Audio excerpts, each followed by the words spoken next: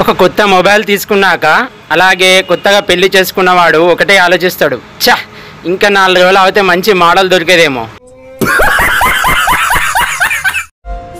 పాలమ్మే వాళ్ళు నిరసన చేస్తే పాలు రోడ్ల మీద పారబోస్తారు, రైతులు నిరసన చేస్తే కూరగాయలు రోడ్ల మీద పారేస్తారు.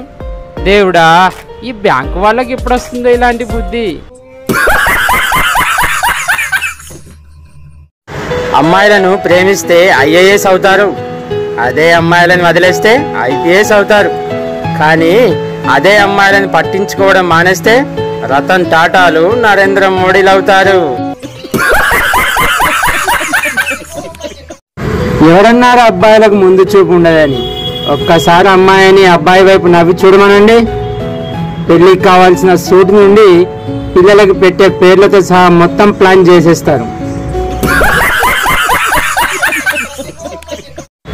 మంచిదైంది మెడికల్ స్టోర్లో అమ్మాయిల ఇష్టాలు నడుస్తలేవు, లేకుంటే తలనొప్పి టాబ్లెట్స్ అడిగి అన్న ఇందులో ఏమైనా వేరే కలర్స్ దొరుకుతాయని కూడా అడిగేవాళ్ళు. 13 ఏళ్ల వయసున్నోడేమో ప్రేమించడం మొదలు పెట్టాడు, 65 సంవత్సరాలు ఉన్నోడు పెళ్లి కూడా చేసుకుంటున్నాడు. అదేందో జీవితం. ఇవన్నీ చేయాల్సిన వాడేమో ఎగ్జామ్స్ కి ప్రిపేర్ అవుతున్నాడు. ఈ మధ్య ప్రైవేట్ స్కూల్లో టీచర్ల వయసు ఎంతుందంటే పిల్లలు పాఠాలు నేర్చుకోవడం కంటే టీచర్లనే పటాయించులు నేర్చుకుంటారు. ఈ మధ్య ప్రైవేట్ స్కూల్లో టీచర్ల వయసు ఎంతుందంటే పిల్లలు పాఠాలు నేర్చుకోవడం కంటే టీచర్లనే పటాయించులు నేర్చుకుంటారు. టీచర్, అందరూ తెలుగు ఇంగ్లీష్లోనే ఎందుకు మాట్లాడతారు, మ్యాథ్స్లో ఎందుకు మాట్లాడరు?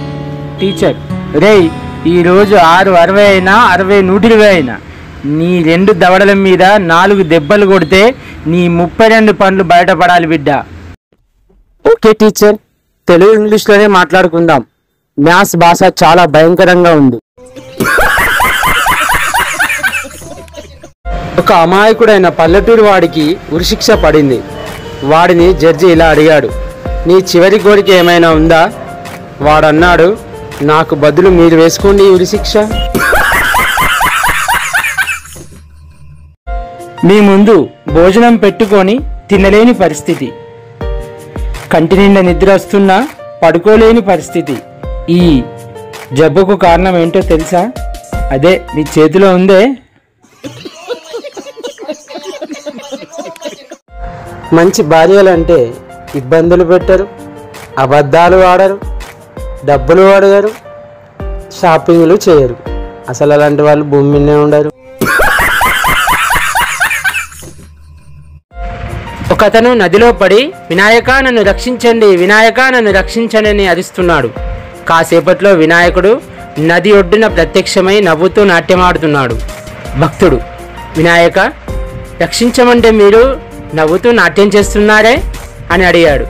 వినాయకుడు, మీరు కూడా నన్ను విసర్జన చేస్తూ నిమజ్జనంలో ఇలాగే కదా డాన్స్ చేస్తుంటారు.